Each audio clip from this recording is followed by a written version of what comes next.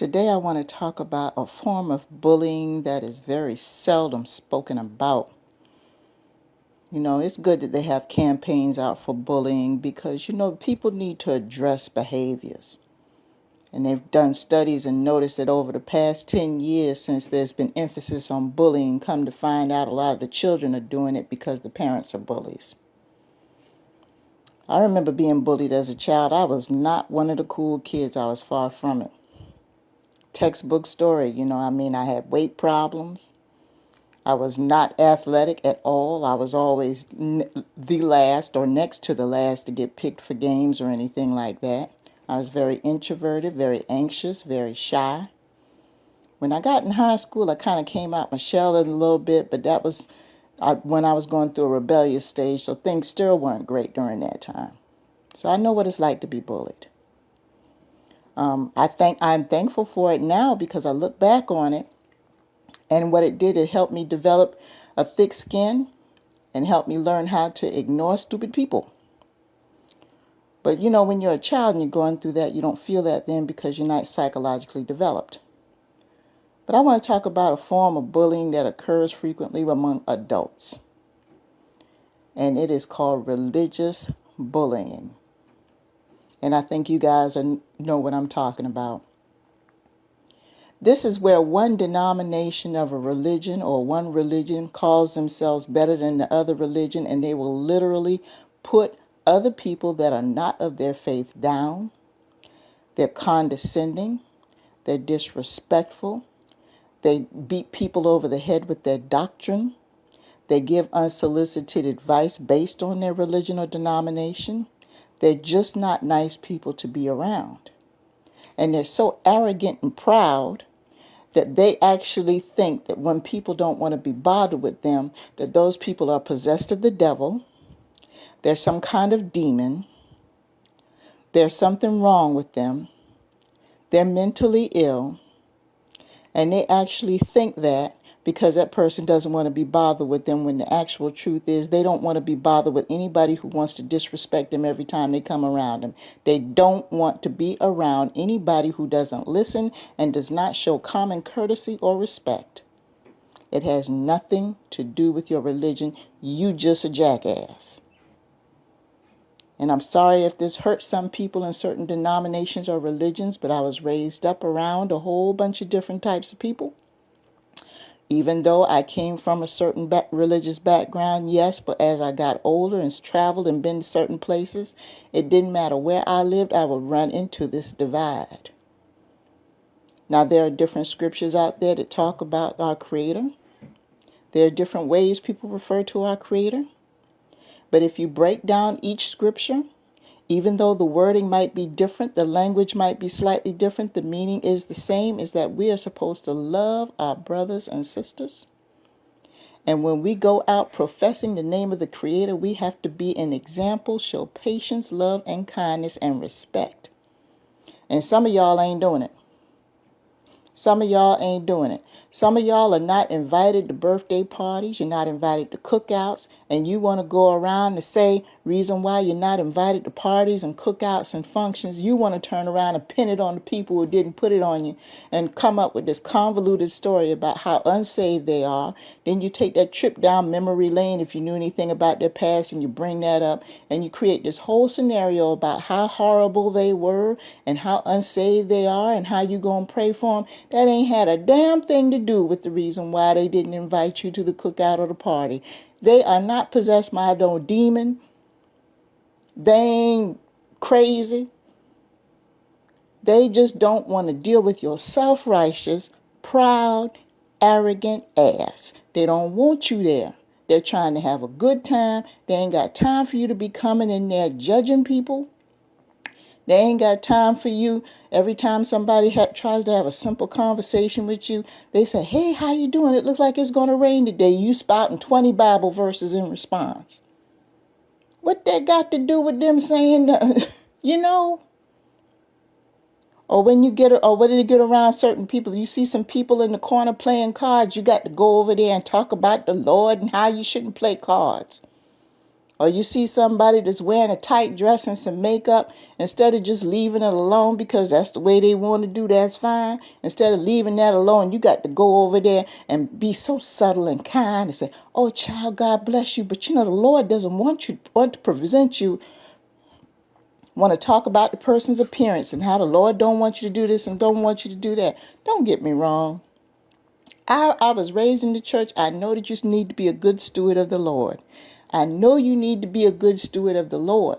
But you got to understand, too, you can't take the Bible out of context. Some of y'all taking that stewardship thing in the Bible out of context, because even though they do talk about the rules of stewardship, they also have basic rules in the Bible, whether you are a steward or not, of how to treat people. And some of y'all are snobs.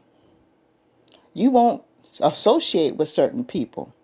Cut off family members, people you grew up with.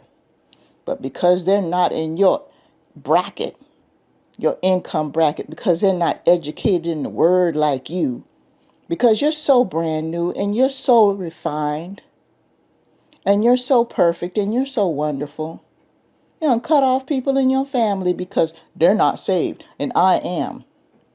Well, I want you to tell me what you're saved from, because the way you acting, that's not the type of saved that I understood that was supposed to be saved. See, truly saved people should be able to approach anybody at any time, should be able to communicate and listen to people from all walks of life. All, not some. Y'all running around here talking about you want to be like Allah, talk about you want to be like Jesus and Jehovah and Yahweh, and yes, you say you want to be like, okay, you sit up there and you need to open up that Bible again and read the stories about all the places that they went to boldly and talked and dealt with people from all walks of life, and y'all asses ain't doing it, so you ain't nothing like it. You're religious bullies. Oh, I'm not going to go to that party. I'm not going to go to that cookout. I'm not going to go. Oh, I can't go to the graduation because, the type of music that they're going to play for the class song. I don't listen to that because that's the devil's music. Oh, well, yeah. I know it's kids' day at the church and everything, but, we can't take them over to that bowling alley because, see, that bowling alley has that restaurant that serves beer. You taking the kids bowling, they're going to go to the restaurant and drink beer? Oh, we can't. But then you'll turn around and you'll take them over to places like Applebee's and take them to TGI Fridays and Red Lobster and Chili's. You'll take the kids over there. They serve alcoholic drinks over there. See what I mean? This is the stuff I'm talking about. You're bullies. Nobody wants to be around somebody who's going to zap all the energy out of the room. And I know what it's like when you get new in the faith. You're excited about what you're doing. You want to spread the word. That's one thing. I understand that. But see, the thing is, some of y'all carry it to the point where you're being downright disrespectful to everybody else. Nobody's going to want to deal with you. Now, how in the world are you going to show the love of your Creator when every time you talk to them, they got to criticize what you got to say? I just got off the phone with somebody a couple of days ago. I literally had to cut him off out of my life. I mentally cut him off out of my life. I may hear from him again in the future, but I don't know. It's like every time I talk to him, say something very simple and got to come back at me and correct me about what I said. Nobody wants that. Especially if you already know that that person ain't living right. Now, I know for a fact that this person ain't living right. Going to turn around and correct what I say, knowing the shit that I know about you? Y'all better be careful with that, I'm telling you. You religious bullies are going to bully yourself into a lonely life. Nobody's going to want to deal with you, and then you want to turn around and say, praise the Lord, come to church with me.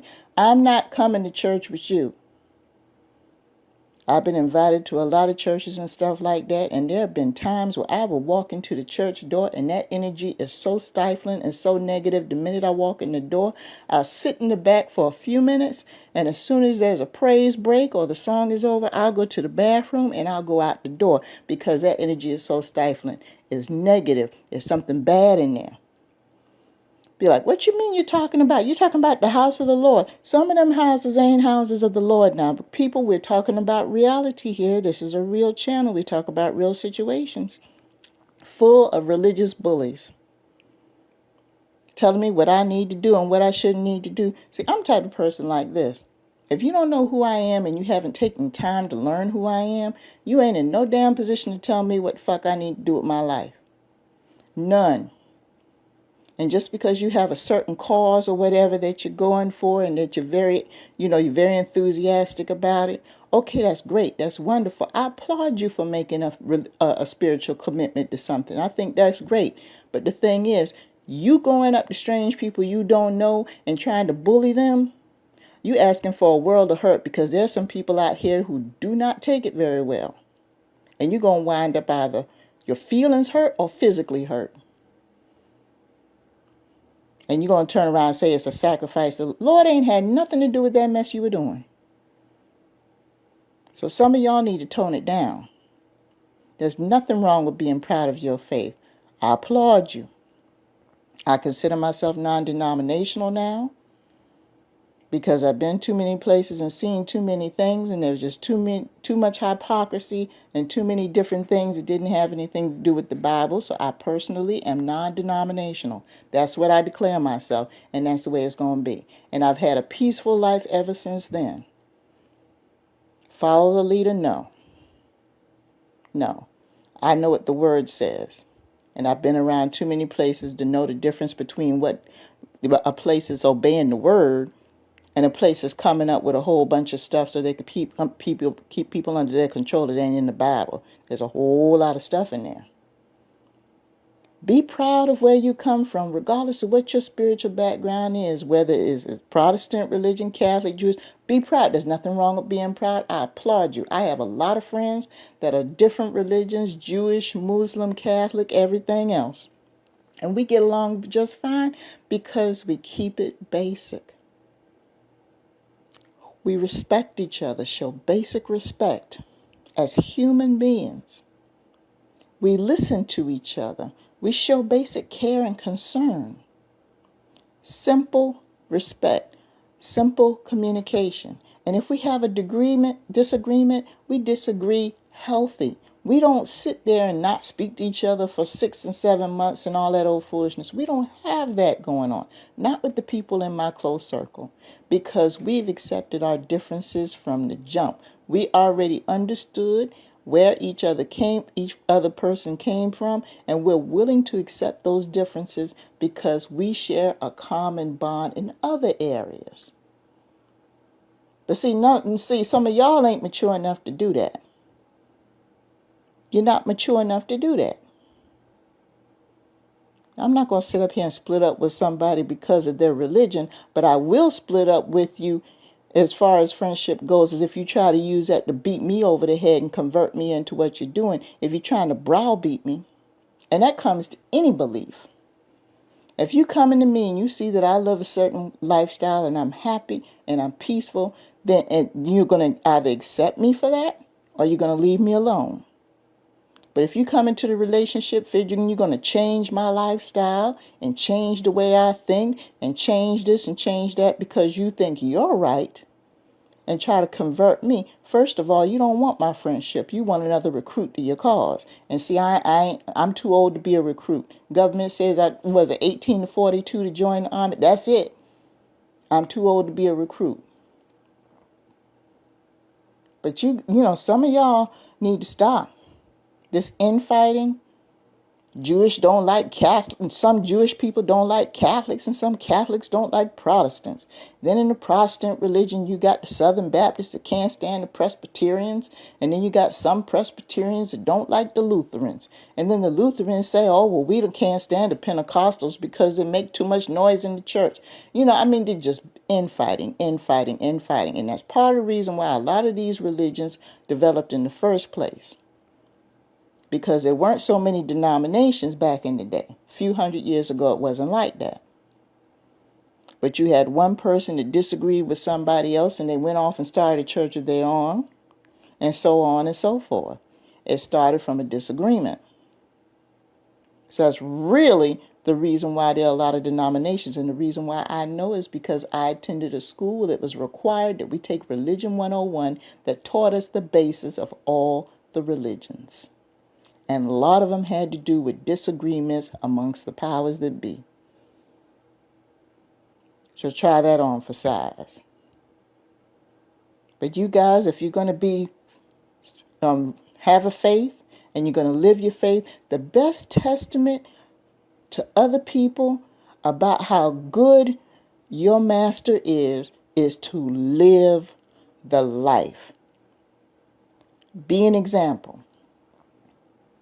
Be a part of your community. There's some of y'all sitting up there running the church down in the church 4 or 5 days a week to this rehearsal and that committee meeting and everything else, but y'all ain't did shit in your communities.